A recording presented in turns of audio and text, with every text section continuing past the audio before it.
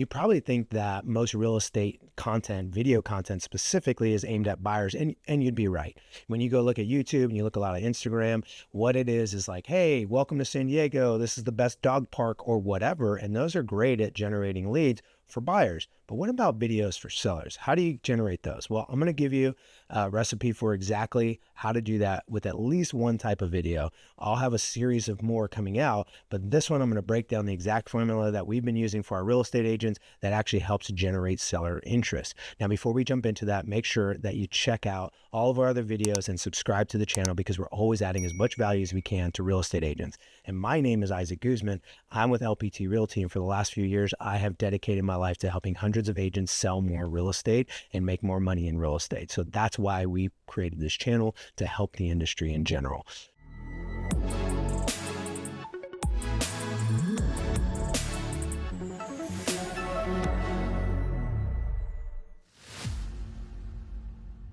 So, jumping right into it, here's the video content idea that we are walking through in this video, and it's monthly market updates. Now, I know you already know what they look like, but I'm going to give you the exact formula and some key critical tips that you can use right away to enhance your engagement and really nail it the first time out. And also be consistent, because when you have a formula, you're not winging it every single time. So I'm going to break that down for you right here. So the first step in the formula is always having a hook. You need to stop the scroll. So when you start with a logo, or when you even start with a formal introduction like, hi, my name is Isaac and I'm with LPT Realty and this is your monthly market update, people keep scrolling. The better thing to do, and one of the reasons that you stop scrolling when you see videos, you gotta have a hook, right? So you have to either make a statement that's really bold or ask a question that's thought-provoking.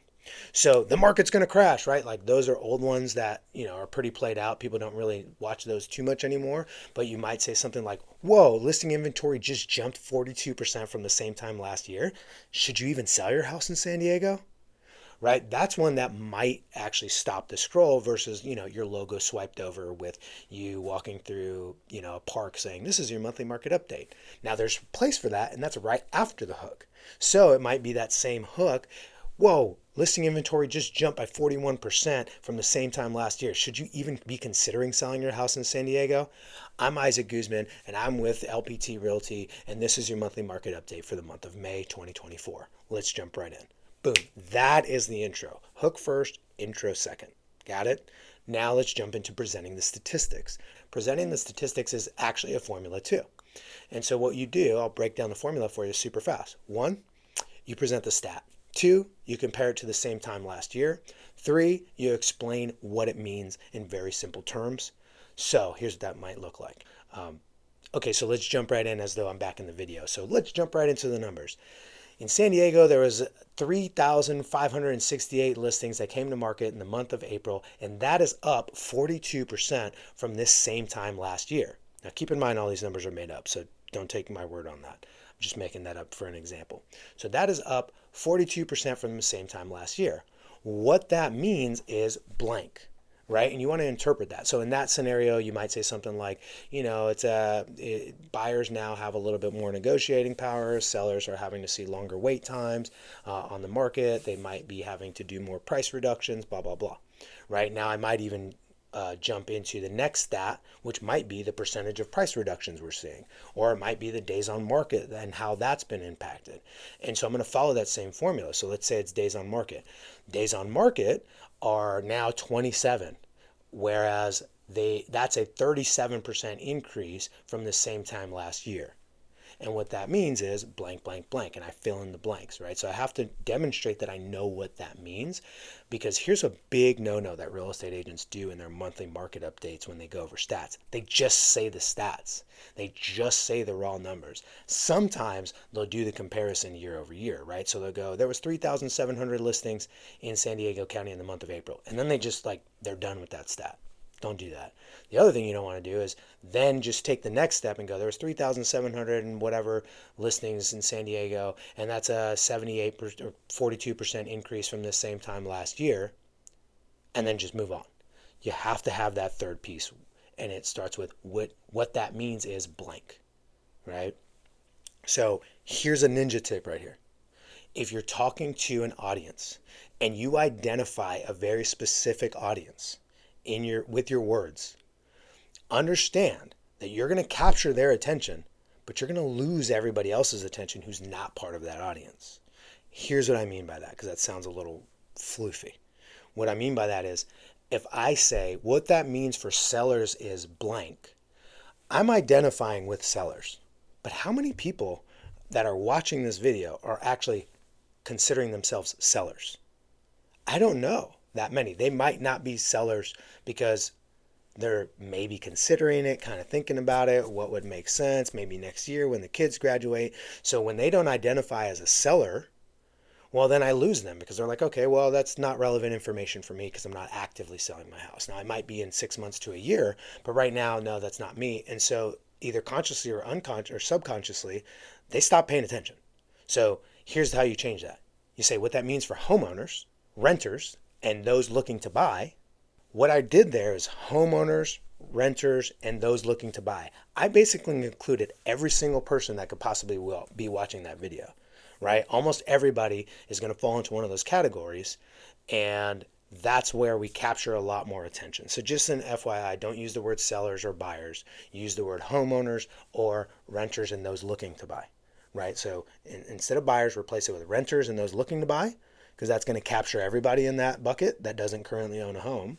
And then homeowners, that's going to include sellers, but it's also going to include people that are maybe thinking about renting out their property or maybe thinking about their plans for retirement a year and a half from now.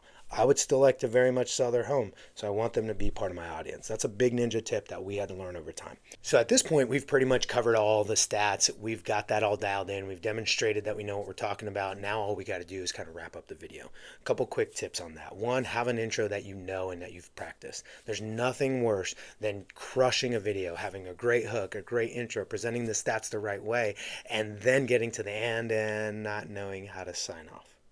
You're nailing it, and then you're like, and so, yeah, call me, right? So practice your outro. And an outro has a call to action. So you want to make sure that you conclude everything. You might say, okay, so based on everything we just talked about here, it sounds like, we're heading more towards a balanced market for buyers and sellers to really have a meeting of the minds, and nobody's going to have that much of an advantage over the other. And so it's a really healthy, balanced market, both for those thinking about buying and those selling the houses. Boom, right? That's like the conclusion. Now I need to do my outro. My outro is really simple. So there's your monthly market update for the month of blank, right? That's the outro. Just use the same outro every single time.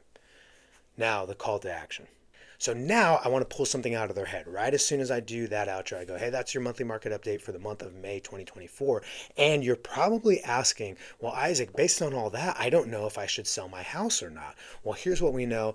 Every single person's situation is different. And if you want to see what's true for you, go ahead, go to my bio. There's a link in the description where you can book one-on-one time with me or you can call to action right there. So you can book one-on-one time. That one doesn't always work because it's a big commitment. What we started doing now is putting a link tree in there in the bio for our real estate agents, and what they do is they have the free market report or the home value report, right? And so what we say there is the outro again is, and that's your monthly market update for the month of May here in 2024. And I'm sure what you might be thinking is, Isaac, well, based on all that, should I really sell my house? Well, here's what we know is that everyone's situation is different, is unique, and we want to see what's true for you. To learn more about what's true for you, you're going to want to get a home value report. Go to my account or go to my bio. There's a link in there where you can get a free home value report that breaks down exactly where your house would sell for in today's market. That's it. All we have to do is do the hook, do the intro, present 2 to 3 stats, provide context for them both in comparing them to the same time last year, helping do a slight interpretation, bringing it to a conclusion, doing an outro, and then having a call to action and driving them somewhere. Now, obviously, when they go somewhere on that home value report, there should be a landing page that has them fill out a form that sends them some automated valuation and then you can go ahead and tweak it on the back end. So that's one way that we're using video content to generate sellers instead of just focusing on buyers with our video content. So hopefully you found a ton of value on this. And if you do have any questions or you want to learn more about how we do these types of things and even get one of our playbooks for generating listing leads, go ahead and comment more listings in the comment section below, and I'll reach out to you, get that right to you. Until next time, happy selling.